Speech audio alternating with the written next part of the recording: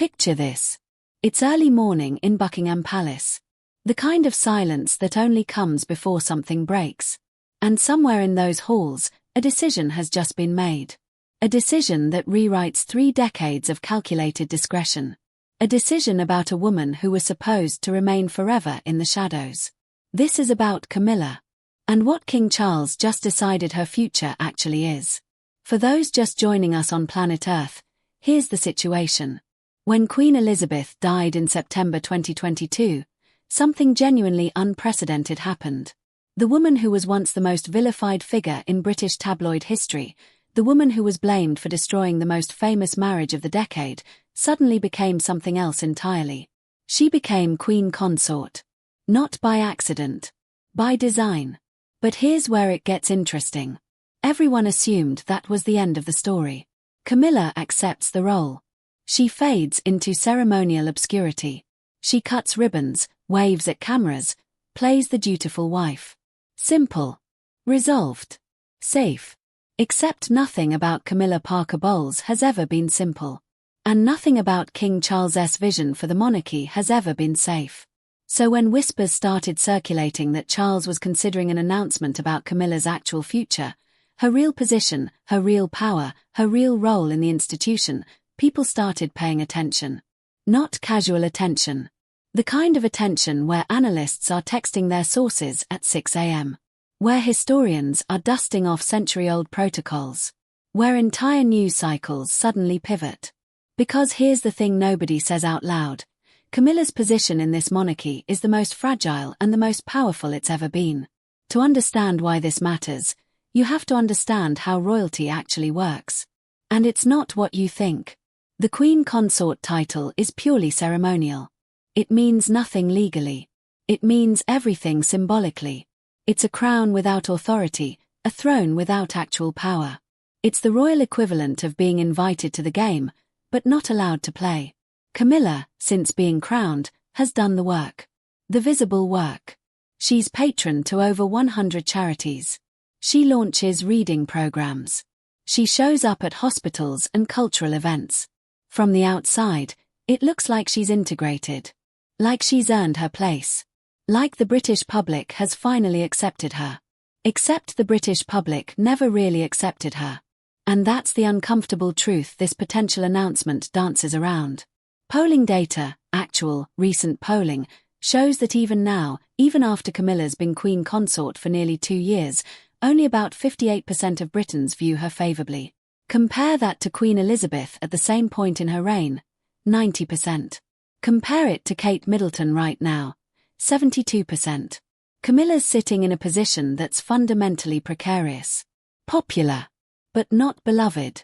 Respected, but not trusted. King Charles knows this. He's not stupid. He's spent 5 decades watching people's faces when her name comes up. Seeing the slight tightening of the jaw.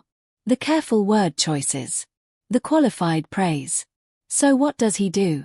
The instinct for most men in his position would be to protect her. Shield her from scrutiny. Keep her in the ceremonial lane, safe and visible but not vital. Let time do its work.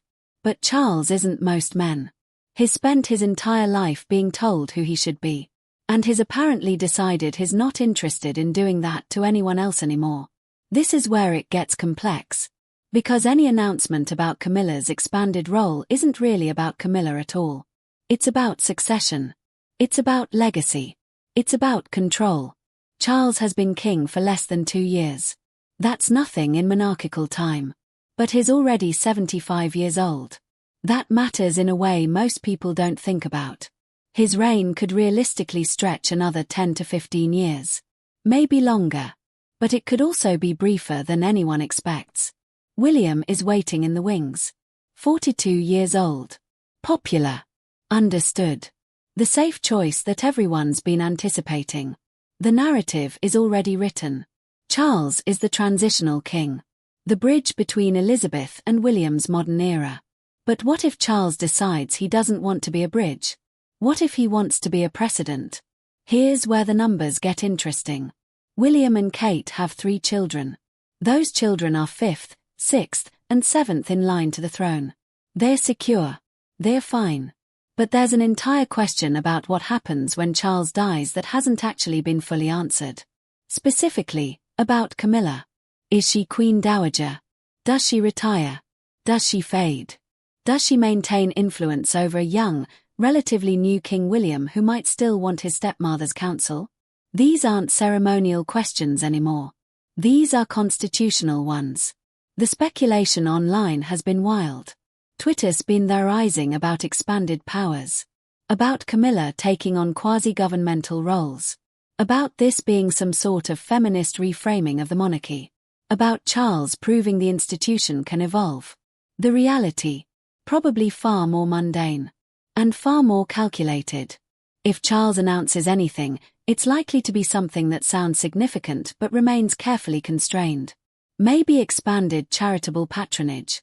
Maybe a formal role in supporting specific royal initiatives. Maybe, and this is where it gets interesting, a statement about her succession status, specifically, whether she'll be styled as something other than Queen Dowager should William become king. That sounds boring. Until you realize it's about legacy. About Camilla's story not ending the way everyone assumed. Not disappearing quietly into history, but remaining visible. Relevant. Part of the narrative. It's the difference between footnote and chapter. This announcement, whatever it is, signals something larger.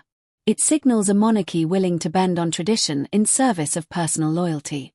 And that's either revolutionary or dangerous, depending on your view of institutions.